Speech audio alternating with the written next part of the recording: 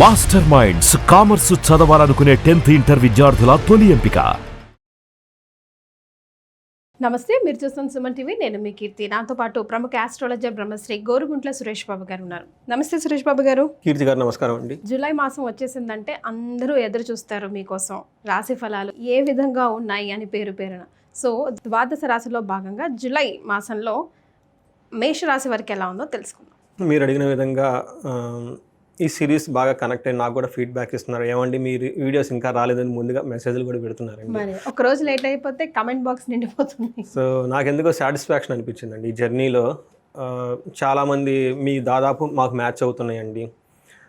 ఎక్కడ యుఎస్ నుంచి ఉన్నవాళ్ళు, ఎక్కడెక్కడో దూరాన ఉన్నవాళ్ళు, చాలా డిఫరెంట్ చిన్న చిన్న కంట్రీస్లో ఎక్కడో ఉన్నవాళ్ళు కూడా, ఫిన్లాండ్ అక్కడ ఎక్కువ ఉండరండి పాపం. అక్కడ కూడా చూసి పెడుతుంటే నాకు తృప్తిగా, సాటిస్ఫాక్షన్ అనేది మనం చేసిన పనికి మంచి పాజిటివ్ ఫీడ్బ్యాక్ ఇస్తే బాగుంటుంది కదండి. సో ఈ మంత్ కనుక మనం చూసుకుంటే జూలై మంత్ ఇది ఎక్కువగా ఆషాఢ మాసంతో ఉంది. కానీ లాస్ట్ వీక్లో శ్రావణ మాసం కూడా స్టార్ట్ అయిపోయిందండి. మనకు అందరికి హడావుడి స్టార్ట్ అయ్యే మంత్ కూడా స్టార్ట్ అయిపోయింది.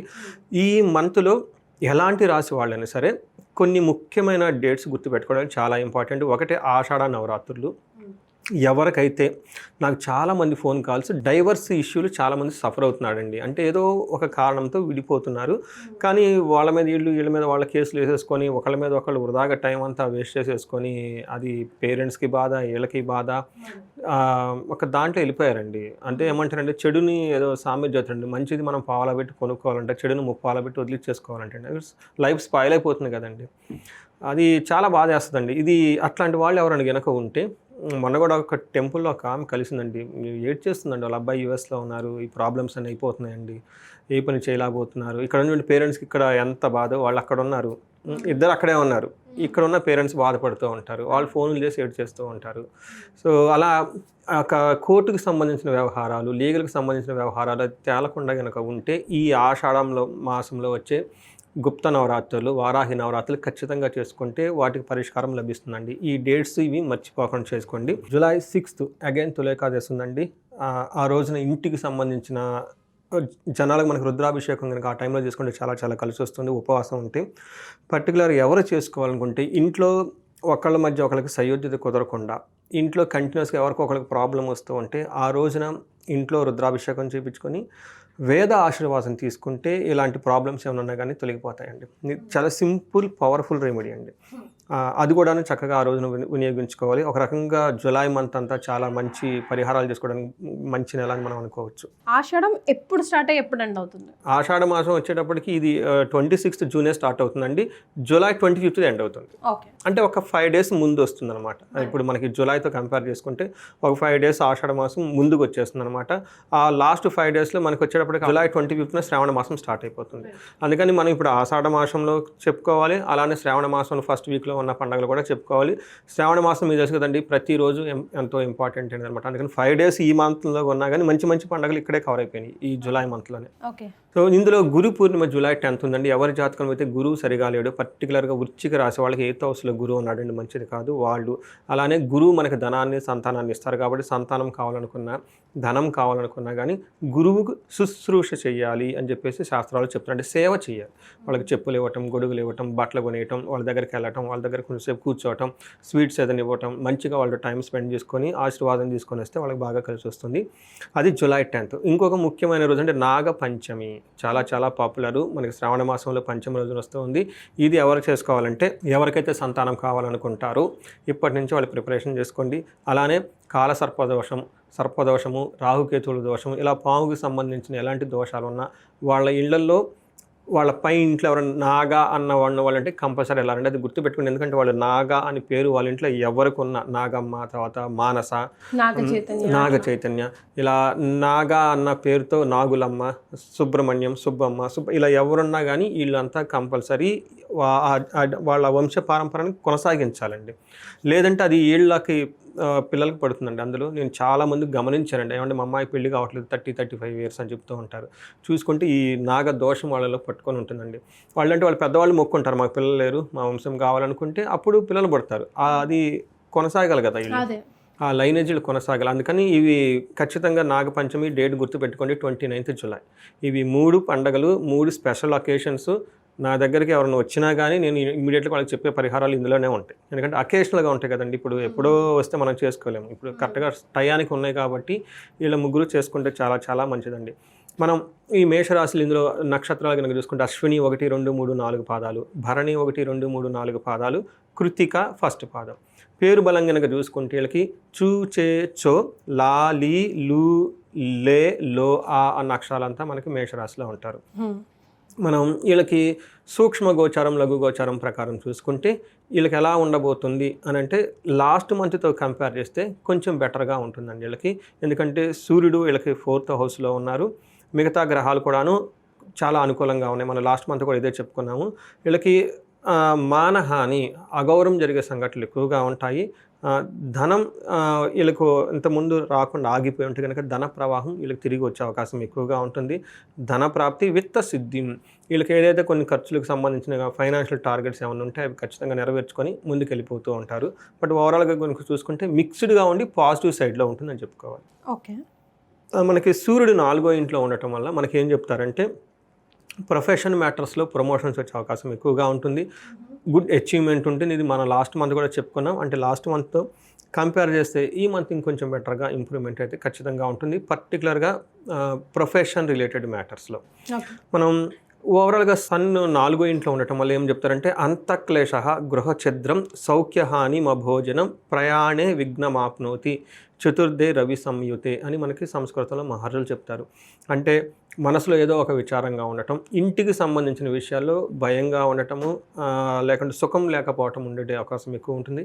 టయాన్ని భోజనం చేయకపోవటం, ప్రయాణాలు కనుక చేస్తే విఘ్నాలు, ఆటంకాలు ఉంటాయండి.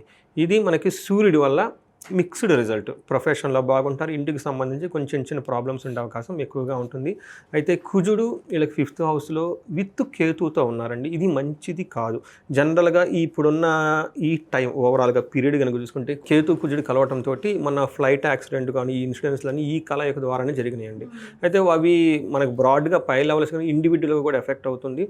ఈ రాశి వాళ్ళకి మార్స్ తర్వాత వీళ్ళకి పిల్లల విషయంలో కొంచెం చాలా జాగ్రత్తగా ఉండాలి. తర్వాత పెద్ద పెద్ద ప్లానింగ్ లాంటివి చేయకుండా అవాయిడ్ చేస్తే చాలా బాగుంటుంది. మనకేం చెప్తారంటే కొంచెం అతిగా ఖర్చులు అయ్యే అవకాశం ఎక్కువగా ఉంటుంది. దెబ్బలు తగిలే గాయాలయ్యే అవకాశం కూడా ఎక్కువగా ఉంటుంది ఈ రాశి వాళ్ళకి.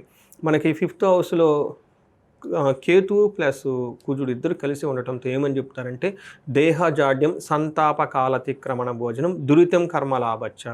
ఏదైనా కనుక పని చేస్తే అందులో సరిగ్గా రిజల్ట్ ఉండకపోవటము, టైం విడిచి టైం భోజనం చేయటము, ఈ విషయాలన్నీ ఎక్కువగా ఉండే అవకాశం ఎక్కువగా ఉంటుంది. అయితే వీళ్ళకి బాగా యోగ్యతనిచ్చే ఒక గ్రహం ఎవరంటేనండి శుక్రుడు. శుక్రుడు వీళ్ళకి జన్మస్థానంలో జన్మరాశిలో ఉండటంతో చాలా బాగా యోగ్యతనిచ్చేసి ఒక కంఫర్ట్ అయిన పొజిషన్ తీసుకుని వస్తున్నారు అనమాట. ఈ ప్రకారంగా చూసుకుంటే మనకు మహర్షులు సంస్కృతంలో ఏం చెప్తారంటే అర్ధలాభాచ సౌఖ్యం పరస్త్రీ సంగమం తదా యత్న కార్యార్థలాభ స్యాత్ జన్మకే భృగునందనే. ఇందాక మనం కుజుడు ఏ విధంగా అయితే ఇబ్బంది పెడుతున్నాడో దాన్ని కాంపెన్సేట్ శుక్రుడు చేస్తూ ఓవరాల్గా అంటే అనుకున్న విధంగా కొంచెం విఘ్నాలు ఉన్నా కానీ అనుకున్న పనులను చక్కగా చేసుకుంటూ వెళ్ళిపోతూ ఉంటారు. ఈ టైంలో ధనలాభము, మనస్సౌఖ్యము, పరస్త్రీలతో సుఖపడుట లేదంటే పరపురుషులతో సుఖపడుట, చేసే పనుల వల్ల ధనలాభం ఉంటుంది అని చెప్తారనమాట. మరి నక్షత్రాల ప్రకారం ఎలా ఉంటుందండి మేషరాశి వారికి? నక్షత్ర ప్రకారం కూడా వీళ్ళకి ఒక రకంగా బాగుందనే చెప్పాలండి. ఓవరాల్గా మనకు చెప్పుకున్నట్టు మిక్స్డ్గా ఉండి పాజిటివ్ సైడ్లో ఉన్నారు, వీళ్ళంతా బెనిఫిట్గా ఉన్నారు. ఇందులో అశ్విని, భరణి, కృతిక 3 నక్షత్రాలు. అశ్విని నక్షత్రం వాళ్ళకి జయప్రదంగా ఉంటుంది ఈ మాసం అంతా. బిగినింగ్ నుంచి ఎండ్ చూసుకుంటే కంపేర్ చేసుకుంటే వాళ్ళు అనుకున్న పనులన్నీ చూసుకుంటారు. జయప్రదంగా ఉంటుంది. చక్కగా భోజనాలన్నీ చేస్తూ ధనలాభప్రదంగా ఉంటుంది. వీళ్ళకి ఛాలెంజ్ ఎక్కడ ఉంటుందంటే ధనహీనత, బంధనము. నాకు ఒకళ్ళు ఫోన్ చేసినాడు, ఏమంటే మీరు బంధనం అంటారని మేము భయపడి వస్తున్నాం అంటే ఏంటండి బంధనం అని. వాళ్ళు జైలుకి వెళ్ళేదో అనుకుని ఉంటారు. మీరేం టెన్షన్ పడకండి, తెలుగు సినిమాలు కాదండి, ఇది సంస్కృతం, దీని మీనింగ్ డిఫరెంట్గా ఉంటుంది. కన్ఫ్యూజ్ అయిన స్థితిలో ఉంటారు. అంటే మన ఫ్యూచర్లో వెళ్ళాలనుకున్నప్పుడు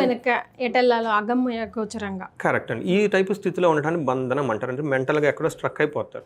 ఈ బిజినెస్ చేద్దాం, మంచిదా వద్దా, పిల్లల్ని ఎక్కడ చదివించాలి, వద్దా, ఎలా వెళ్తే, ఇలాంటికి సంబంధించిన స్థితిని బుధుడు ప్రాసెసర్ అంటారనమాట. అతను దీనికి బంధించబడినట్లు ఉంటుంది. భరణి నక్షత్రం వాళ్ళకి కానీ వీళ్ళకి జయప్రదంగా ఉంటుంది, విజయవంతంగా ఉంటారు, ధనలాభం ఉంది. ఒకటి వీళ్ళకి బంధించబడినటువంటి పరిస్థితి ఉంటుంది. కృతికా నక్షత్రం వాళ్ళకి వీళ్ళకి ఐశ్వర్యం ఇంటికి వచ్చేస్తుందంట. తర్వాత జయప్రదంగా ఉంటారు. మృస్థానం చక్కగా పార్టీలు ఫంక్షన్లు అటెండ్ అవుతారు. వీళ్ళకి బంధించబడినట్లు ఉంటుంది. అంటే టోటల్గా మేషరాశి వాళ్ళకి లాస్ట్ మంత్ ఈ మంత్ బాగుంది, ఈ మంత్ ఇంకా బెటర్గా ఉంది లాస్ట్ మంత్ కంపేర్ చేస్తే. ఒక మంచి టైం అని మనం అనుకోవాలండి. అయితే మనకి లత్త అన్న ఒక కాన్సెప్ట్ చూసుకుంటే అశ్విని నక్షత్రం వాళ్ళకి స్త్రీ నాశనం. అంటే వీళ్ళ ఇంట్లో ఎవరికో ఒకరికి హెల్త్ బాగాలేకపోతే తద్వారా వీళ్ళు బాధపడతారు. పిల్లలకు లేదంటే స్త్రీలు అంటే కదండి, మొన్న ఎవరు అడుగుతున్నారు ఏమంటే స్త్రీలు అంటే ఎవరండి అని.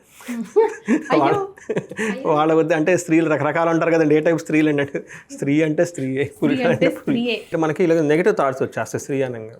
అదేలేండి ఆ డైలాగ్ ఉంది కదా, ఓ స్త్రీ రేపు రా, దాన్ని అట్లా చేసేసారు. స్త్రీ అంటే మహిళలండి, మహిళలు స్టార్టింగ్ ఫ్రమ్ మన ఇంట్లో ఉన్న చిన్న పిల్లలు కూడా ఉంటారు. ఇప్పుడు మా అమ్మాయికి 4 years అంతే కదండి. మా అమ్మాయికి నిన్న వామిటింగ్ చేసుకుంది, ఉరుగుతో పరుగులు పెట్టుకుంటూ పోయాము.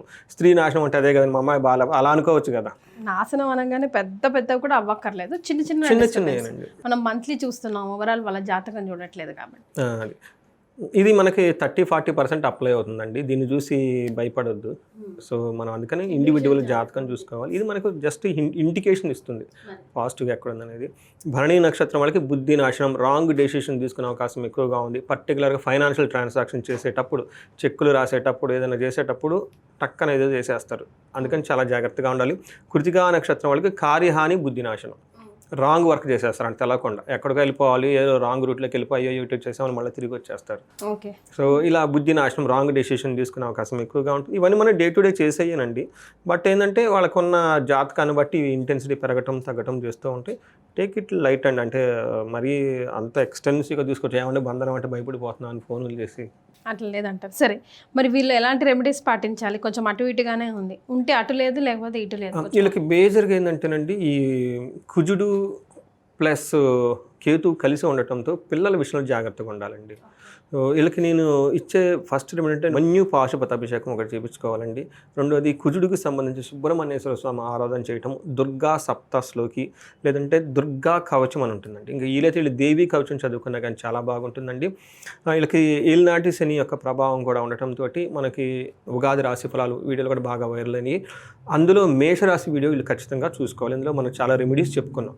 ఎందుకంటే చాలామంది ఇప్పుడు మళ్ళీ ఫోన్ చేసి ఫ్రెష్గా అడుగుతూ ఉంటారు, పాపం ఆ వీడియోలు మిస్ అయ్యి ఉంటారు. నేను ఏదో చెప్తామా, మాది ఆల్రెడీ వీడియో ఉంది, ఒకసారి చూడండి, అందులో ఉన్న రెమెడీస్ పాటలో ఫాలో అవ్వండి. అది ఎందుకంటే వీళ్ళకి ఏలినాటి శని జస్ట్ స్టార్ట్ అయింది కాబట్టి దాని గురించి చాలా వివరణ ఇచ్చాము. ఇవి కాకుండా ఎవరికైనా ధనంతో బాధపడుతుంటే కుబేరు పాశుపతము, మహాలక్ష్మి విశేష హోమం చేసుకోవటం, భార్యాభర్తల మధ్య ఎవరన్నా కనుక గొడవలు పడి ఇబ్బందులు ఉంటే అన్యోన్య దాంపత్య పాశుపత అభిషేకము, మనం బిగినింగ్లో ఆల్రెడీ కొన్ని రెమెడీస్ చెప్పుకున్నామండి ఆషాఢ మాసం గురించి. అవన్నీ చేసుకుంటే చాలా చక్కగా హ్యాపీగా ఉంటుంది. రైట్. సో జూలై నెలలో మేషరాశి వారికి ఎలా ఉంటుందో తెలియజేయడంతో పాటుగా రెమెడీస్ని కూడా సూచించారు. ధన్యవాదాలండి.